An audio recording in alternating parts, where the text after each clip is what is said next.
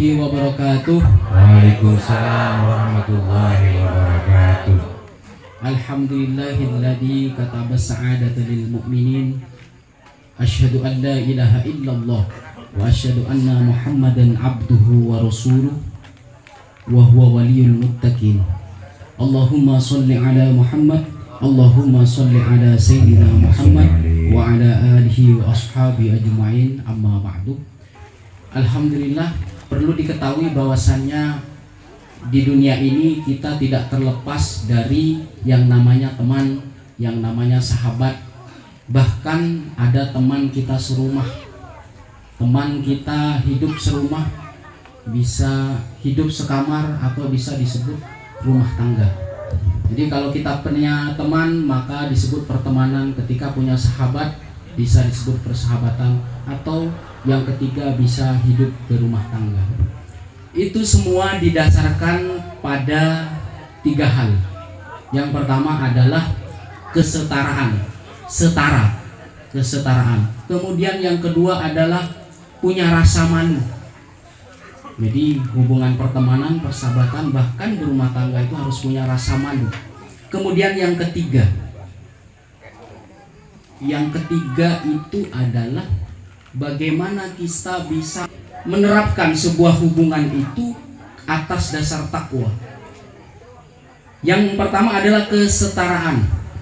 Yang dimaksud setara, ketika Rasulullah Shallallahu Alaihi Wasallam hidup di lingkungan orang-orang Quraisy, pribadi Rasulullah Shallallahu Alaihi Wasallam itu sangat luar biasa. Apa yang menyebabkan kaum Quraisy itu membenci Rasulullah? Yang pertama, Rasulullah itu bergaulnya dengan orang-orang miskin, orang-orang yang tidak mampu. Maka disebut Rasulullah itu Abul Yatim wal Armalah.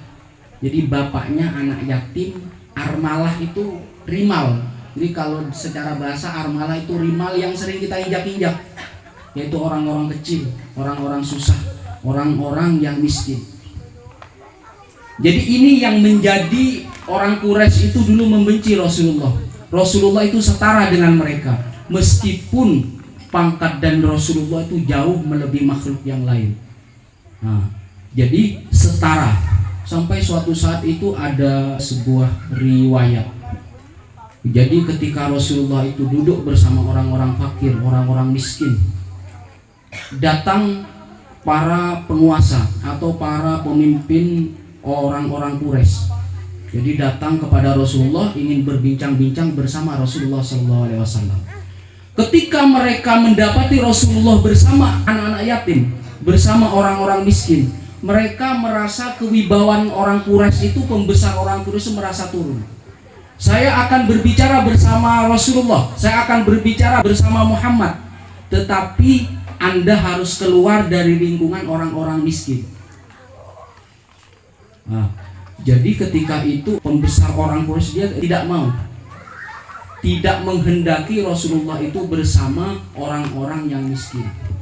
Orang miskin yang seperti apa? Alladzina yad'una rabbahum bil ghadati wal asyi yuriduna wajha. Itu bukan asal orang miskin, bukan asal orang susah. Orang miskin yang selalu berdoa di pagi sampai petang, mengharapkan atau mereka menginginkan keridhaan Tuhannya. Nah, jadi orang-orang miskin yang seperti itu, maka mereka bersama Rasulullah, sampai Rasulullah mensetarakan dirinya bersama mereka, sampai menjadi bapak buat mereka. Abul Yatim wal Armalah, bapaknya anak-anak yatim, bapaknya orang-orang susah, bapaknya orang-orang miskin. Jadi bukan hanya kriteria miskin saja. Jadi alladzina yad'una rabbahum bil ghadati wal asyi, yaitu orang-orang yang selalu berdoa, selalu berzikir. Kalau dulu para sahabat dekat dengan Rasulullah tanpa sholawat, kalau kita jauh, bahkan memandang Rasulullah, kita tidak bisa memandang Rasulullah kecuali kita bermimpi Rasulullah. Maka untuk menyambung kepada Rasulullah, maka perbanyaklah kita bersholawat. Nah, jadi kesetaraan ini yang ditentang oleh kaum Quraisy, sehingga di samping kesetaraan Rasulullah, di samping Rasulullah bersama mereka, Rasulullah juga ditentang berkaitan dengan tauhid. Nah, jadi salah satu kesetaraan Rasulullah yang banyak ditentang. Secara pribadi Rasulullah itu cocok dengan orang-orang Quraisy karena Rasulullah itu jujur, terpercaya, memegang amanah. Tetapi ketika Rasulullah membawa tauhid, setara dengan orang miskin dan fakir, anak-anak yatim, maka mereka menentang, menganggap orang kafir itu derajatnya lebih tinggi di waktu dahulu. Nah, itu yang pertama, kesetaraan. Yang kedua adalah punya rasa malu. Jangan asal kita punya teman diambil butuhnya saja. Jadi itu namanya ifrat. Jadi ada namanya ifrat. Ifrat itu sesuatu yang berlebihan. Jadi ada ifrat, ada tafrit. Jadi ada yang berlebihan positif, ada yang berlebihan negatif. Contohnya misalkan begini. Misalkan si A dan si B. Jadi si A ini luar biasa baiknya, selalu membantu temannya, selalu membantu sahabatnya si B. Nah, si B ini tidak tahu diri, tidak tahu malu, tidak tahu rasa terima kasih dan malas, selalu dibantu oleh si A ini. Maka apa yang dilakukan si A ini adalah ifrat. Berarti kebaikan yang berlebihan bukan malah menjadi baik buat si B, tetapi menjadi malas. Nah, ini namanya ifrat. Jadi ada yang namanya berlebihan dari sisi positif, ada berlebihan dari sisi negatif, yaitu tafrit. Tafrit ini yang si B ini, dia sudah dibantu, setelah bantuannya habis meminta bantuan lagi, padahal dia adalah orang-orang yang malas. Ini sama salahnya, Bu, Pak. Jadi ifrat sama tafrit ini sama-sama salahnya. Jadi sama-sama berlebihan, tajawuzul haddi, jadi melampaui batas. Bisa-bisa ifrat dan tafrit itu akan mendekatkan kita kepada kezaliman. Jadi akan mendekatkan kezaliman kita. Kezaliman adalah tidak menempatkan sesuatu pada tempatnya. Jadi setelah tafrit, ifrat sama tafrit. Jadi ini positif, saking baiknya dimanfaatkan, diperat oleh temannya. Ini orang-orang yang tidak punya rasa malu. Maka dengan rasa malu, karena rasa malu ini sebagian dari iman. Al-haya'u minal iman. Dalam tastahi fasna' ma syi'ta. Jika kamu tidak punya rasa malu, maka berbuatlah sekehendak engkau. Nah, maka rasa malu itu buat penjaga di diri kita agar tidak berlebih-lebihan. Kemudian adalah ketika hubungan kita sudah ada kesetaraan, kemudian kita punya rasa malu, tenggang rasa, saling menghormati, maka harapan yang ketiga adalah agar hubungan kita mendapat keberkahan dari Allah Subhanahu wa Ta'ala. Karena apa? Karena tidak semua permasalahan dan problem, perkara di dunia itu bisa diselesaikan oleh otak dan pikiran kita. Maka harapannya adalah kita mengandalkan Allah. La haula wala quwata illa billahil aliyil azim. Jangan selalu menempatkan tawakal itu di akhir kita melakukan sesuatu, maka letakkanlah tawakal itu di awal kita melangkah. Jadi ketika hasilnya itu positif, maka bertambah syukurnya. Ketika hasilnya negatif, maka bertambah sabar kita. Jadi ketika itu Rasulullah itu disuruh tahan. Jadi ketika ada orang kafir Quraisy menyuruh Rasulullah pergi dari kelompok itu, wasbir nafsaka, maka bertahanlah wahai Muhammad, jangan pergi dari mereka, bertahan di sana bersama orang-orang yang miskin, orang-orang susah, yang bagaimana mereka berdoa, berzikir kepada Allah dari pagi sampai petang. Apa yang mereka harapkan? Mereka menginginkan keridhoanku, yaitu keridhaan Allah Subhanahu wa Ta'ala. Maka ketika kita bermasyarakat, bertetangga, berteman, dijalin oleh pertemanan, persahabatan, sampai berumah tangga, ketika kita tidak bisa menempatkan peran itu, maka bisa dipastikan akan rontok dan akan hancur. Ya Allah, ya Rahman, ya Rahim, Antal Jawadul Halim, wa anta ni'mal mu'in. Amin ya Allah, ya Rahman, ya Rahim,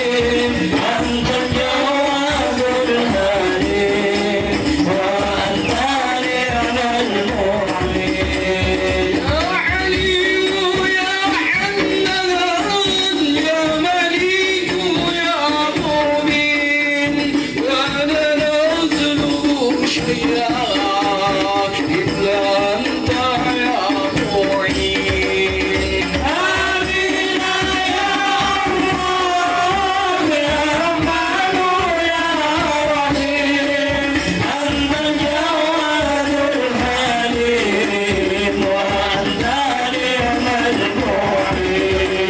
شكرنا